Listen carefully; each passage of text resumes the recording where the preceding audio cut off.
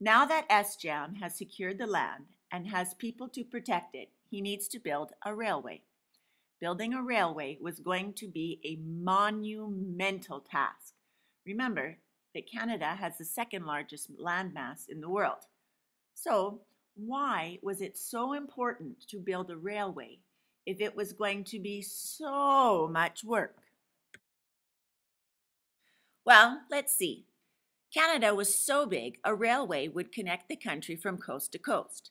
It would also allow for the transportation of people and goods. If that wasn't reason enough, the idea of a railway could entice British Columbia to join Confederation.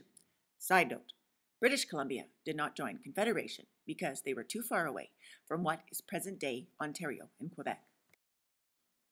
Okay, Mrs. Carroll, I get it. So we know why we need the railway, but where would the railway be built? Well, SJAM is such a smart guy, he sent out surveyors to plan 2 routes. First, there was the northern route. This route would go through Edmonton and through the Rockies, or the second route would go south across the prairies to Calgary. Before I tell you which route they chose, let's see if you can figure out which one is most favorable. Okay, consider the following questions. Number 1, what do you already know about the landscape in the north compared to the south? And what landforms are there? If you thought about trees and mountains in the north and prairies in the south, not only are you correct, but you are also incredibly intelligent. So let's take it one step further. Knowing the landforms, which route would you choose to build a railway and why? Come on. Yep, think hard. Ooh, I know that you can do it. If you chose the southern route, you are thinking along the same lines as the bigwigs in Canada. Give yourselves a pat on the back. Now, there were many advantages to the southern route. Number 1, the land was flatter and had fewer trees. This made building easier. Number 2, the coal deposits were found near Lethbridge. This would provide fuel for the steam engine. Number 3, the route was closer to the USA borders. Owners of the railway hoped that people would take the CPR and not the American rail. Number 4, the railway company owned most of the land, which meant more profits. And finally, the scientists reported southern land was well suited for farming. They were wrong, but no one knew that at the time. So the next step to make SJAM's dream of a strong country a reality was to actually build the railway. Canada was a new country, and although there was lots of land, there weren't many people. To build the railway, lots and lots, thousands upon thousands of workers would be needed, but there was not enough people to do the work. So how does SJAM solve this problem? SJAM brings in workers from China. The first Chinese immigrants came to Canada in 1858 with the gold rush in British Columbia. From 1881 to 1885, the Canadian Pacific Railway employed approximately 17,000 Chinese workers to construct the railway through the mountains. As you can imagine, this was no small task, and growing up in Airdrie, we all know what the weather can be like. So why on earth would the Chinese choose to cross an ocean to do dangerous work in a harsh and unfamiliar climate? That is an excellent question. There were factors that pushed the Chinese out of their country and pulled them to Canada. Now, before I give you the answers, I want you to consider what you already know about China and its population. If you are thinking that there are a lot of people, we are on the same wavelength. So, makes sense. If you don't have a lot of people in your country, go to one that does. Now, think some more. If there are a lot of people in one country, what might there be a lack of? Yep, if you thought jobs, you are 2 for 2. Now let's take this one step further. Stay with me. Okay, I know you can figure this one out. Yep. Okay. If there are lots of people and a limited number of jobs, what is life like for these people?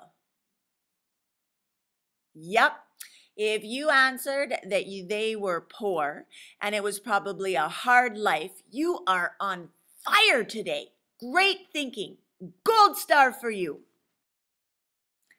Now that we know what pushed the Chinese out of their country, what did John A. entice them with that pulled them to Canada? Now, again, before I give you the answer, think about what pushed the Chinese out. Are you thinking? Yep, keep thinking. All right, I think you're ready. SJAM offered them a job, money, and opportunities. Sounds awesome, right? I mean, why wouldn't you come to Canada for all that? This was the deal of a lifetime and one that could not be passed up.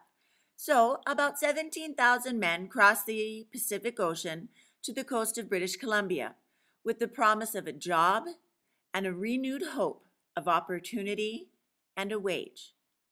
But the Chinese were not prepared for what awaited them. All right, some things that the Chinese did not fully understand about their new job. Number one, the work was so hard and dangerous, nobody else would do it. They were earth movers, hung from ropes, chipped away at rock faces with chisels and hammers, and laid dynamite to blast a path through the rocks. Number two, there was a likely possibility that you could die on the job. Workers were crushed in landslides, blown up by explosive, and lost in river torrents when bridges collapsed. Number three, if the job doesn't kill you, other things will. Many died of scurvy and other diseases. Others went blind. Number four, if you do manage to stay alive on the job, you will have to live in flimsy tents and eat crappy food. Number five, the weather varies drastically from China and nothing will prepare you for the adjustment. Yeah. Have you heard of winter? Oh, yes, and did I mention you have flimsy tents to keep you warm? Number six, you will be attacked by mosquitoes and black flies. Yeah, have fun with that one.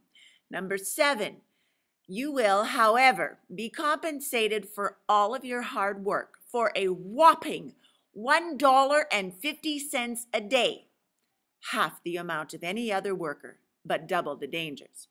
And don't forget about paying for your room and board at $4 per week. And lastly, folks, when the railway is all done, there will be no other jobs for you. And if you choose to stay in Canada, you will face humiliating discrimination and prejudices. And, oh yeah, that family we promised to bring you over, forget about it. Remember, boys and girls, if a deal sounds too good to be true, it usually is. In the case of the Chinese, they were lured to Canada with dreams of jobs and opportunities, a chance for a struggling man to earn an honest wage and provide for his family. They were not prepared for working conditions that awaited them, and more than 700 men died. The Chinese immigrants played a vital role in the building of Canada and the country that we live in today. The last spike was driven into the ground in 1885, and the first train from Montreal arrived in Vancouver in 1886. Without the efforts of the Chinese, the CP rail would never have been built. No railway would have meant no immigrants. No immigrants would have meant no industries, and no industries would mean no economy. The goal of national policy would not have been achieved.